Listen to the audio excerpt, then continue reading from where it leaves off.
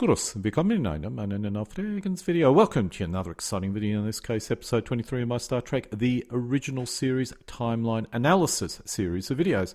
In this video I'll cover the Federation starships which are mentioned in the original series and the animated series scripts. I'm not going to make any attempt to identify every possible spacecraft in the Federation, only those which are referenced in the original series or the animated series scripts, or in some rare cases if a memory alpha reference makes sense for this video. In some cases I will try and fill in gaps which we know must occur, such as the missing Constitution class starships. However, I have to admit this list will not provide you with an accurate or complete view of all the starships in the Federations mentioned during the Kirk's 5-year period, only what's in the scripts. This particular piece of information does not come from the original series or the animated series scripts, but instead comes from Memory Alpha, but is pertinent. If it doesn't contradict the actual original series or animated series scripts, I have no issues taking information from Memory Alpha if it aligns with the bits of information I have in the scripts and assuming it's correct. In this case, I'm going to be covering the Constitution class starships, which is the class of starship the Enterprise is apparently part of. The first Constitution class starship is launched in 2244. There are 12 such ships built during, well, this year and subsequent years. This seems to imply starships could expect to continue to serve for probably about a quarter of a century, 25 years, let's say. I have currently identified certainly 10 ships and one possible, which of course includes the Enterprise. I have no idea what the missing ship is or what its name is, and even the potential one, there's some question whether or not it's correct. Let's proceed. The first mention of a starship in the Enterprise court-martial, apart from the Enterprise obviously, was the USS Intrepid, which was encountered when the Enterprise visited Starbase 11 in 2264. We later discover this starship was manned by Vulcans and was destroyed the following year in the episode The Immunity Syndrome. I'm not sure if the starship was fully digested when it was destroyed, or if it could be recovered and repaired. I don't even have a guess on this matter. It's never mentioned again, but if the starship could be recovered, I'm certain it was. The next mention of starship was the USS Constellation in the episode Doomsday Machine. This starship, which was badly damaged in the battle with the Doomsday Machine and later destroyed in an attempt to destroy the alien Doomsday Machine in 2265, is almost certainly a sister ship to the Enterprise. The Doomsday Machine is an alien automated starship which was destroyed to destroy space vessels and planets, probably as some form of ultimate weapon. In the episode Obsession, we get the name of another starship, in this case USS Yorktown, which is of the same class as the Enterprise. That was mentioned in the episode Obsession as well. In the episode Ultimate Computer, we discover the names of 4 more starships. During the Ultimate Computer, the episode, the Enterprise has an AI installed in it, which goes amok, attacking any ship it encounters. The first ship we'll be covering is the USS Excalibur. In the Ultimate Computer, this was involved in war games and was destroyed in the episode, or at least all the crew was killed. The ship could be repairable, perhaps. I'm sure it would have been if it was possible. Also in the same quote in the episode The Ultimate Computer, the starship Lexington is mentioned. In this episode, the USS Lexington was also involved in war games and suffered some damage but was not destroyed. I can assume it was repaired, or at least whatever damage occurred was certainly repaired. In another quote during the episode The Ultimate Computer, Chekhov mentions 2 more starships, the first being Hood. The USS Hood was also involved in the war games and was not damaged or destroyed during the episode. The second starship mentioned by Chekhov was the USS Potemkin. The Potemkin was also involved in the war games and was also not damaged or destroyed. The Potemkin is also mentioned in the episode Turnabout Intruder. I wonder if the Potemkin is manned by crew from the same origin as Chekhov. I have a theory the Federation Council is a descendant or a successor of the UN Security Council. If this is correct, perhaps the old USSR still has a seat on it, like the Balkans, and they have one starship in the fleet manned by Russians. I suspect it's a long bow to draw, but it's an interesting thought. The Potemkin is also mentioned in the animated series The Pirates of Orion. In the episode Omega Glory, another starship is mentioned, in this case USS Exeter. In this episode, the crew was killed after contracting a virus in 2265. The ship was in good condition and was likely recovered, so it's certainly not lost, and it's still out there somewhere, for future episodes at least. In the episode The Tholian Web, another starship is mentioned, in this case USS Defiant, which is almost certainly a sister ship to the Enterprise. The Defiant was destroyed by some type of anomaly in the episode, or in Tholian space in 2266. Now we move into the world of speculation, and while this ship name is never mentioned in the original series script, it's likely, or almost certainly, there is a USS Constitution. This, of course, assumes the Enterprise is one of the Constitution-class starship, as the Constitution-class starships are never actually mentioned in the original series or animated series scripts. However, as this does not impact the original series or animated series canon, it's a reasonable assumption. The USS Constitution may have been involved in the Battle of Axanar in 2245. Still staying in the world of speculation, and I must admit this is a bit of a guess, but the USS Republic may also be one of the Constitution-class starships. That is, one of the two unknown ones. The USS Republic is mentioned in the episode Court Martial. Kirk served on this spacecraft as a cadet. According to this episode, this is a heavy cruiser, which is the same class of starship as the Enterprise. I wonder if this is one of the missing Constitution-class heavy cruisers.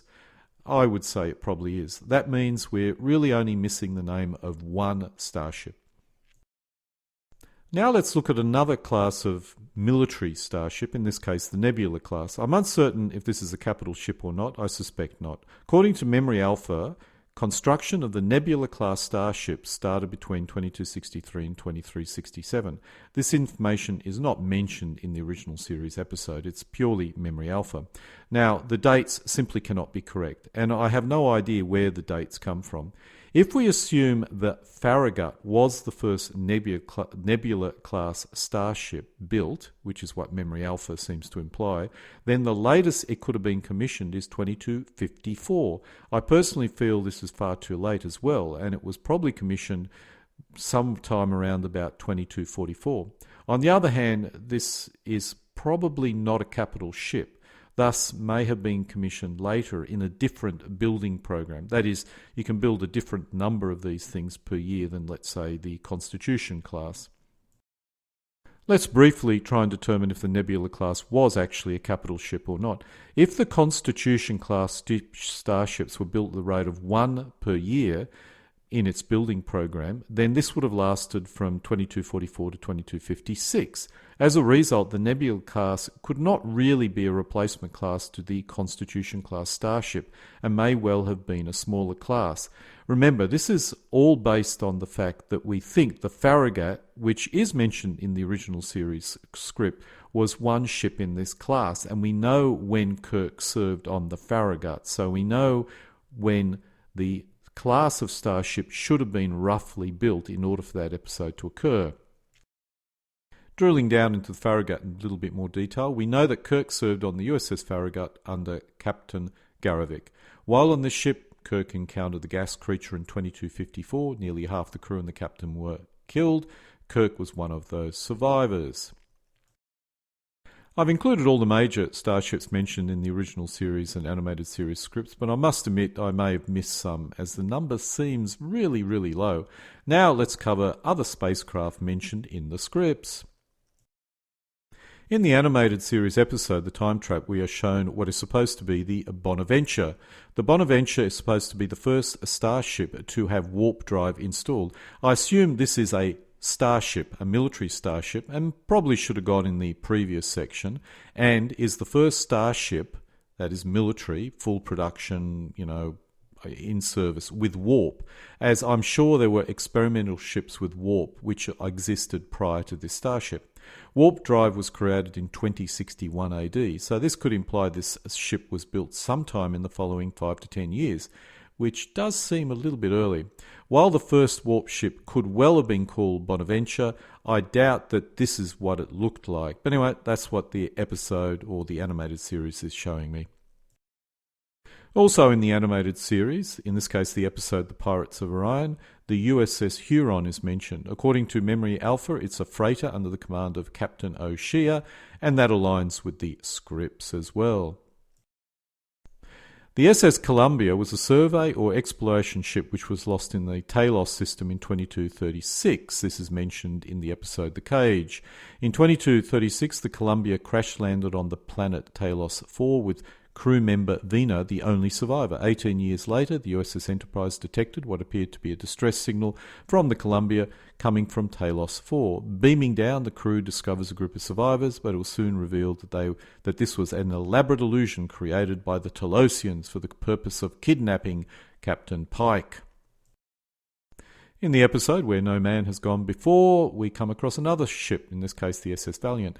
The SS Valiant was an early impulse drive starship which explored the part of the galaxy that was covered in Where No Man Has Gone Before and was caught in a magnetic storm and encountered a strange barrier after which it was destroyed. The estimate is that the Valiant was destroyed in 2061, 2063 or most likely 2065. We know the SS Valiant used impulse drive, but this must have been a kind of impulse drive which allowed for faster than light travel. In the episode Mud's Woman, the Enterprise is chasing a cargo or Class J cargo ship. This is really of minimal historical significance, but is technically interesting. An image of what we think the ship looked like is in the top right corner. In the episode That Which Survives, we come across another starship, the Aurora. The Aurora is a space cruiser, which looks very similar to a J-class cargo ship.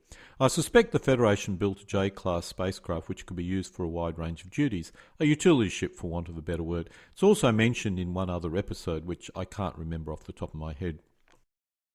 That covers all the ships that I'm aware of according to the scripts. If you go to fan sites, you'll find a plethora of ship types and designs, which I must admit I enjoy looking and studying. However, for these series of videos, I'm only interested in ships which are part of the original series scripts. So while I'm tempted to expand this video and include some of these wonderful ship designs, for this video I will resist the urge. I've included enough images of hypothetical ships in my war videos. That's the war with the Romulans and the war with the Klingons.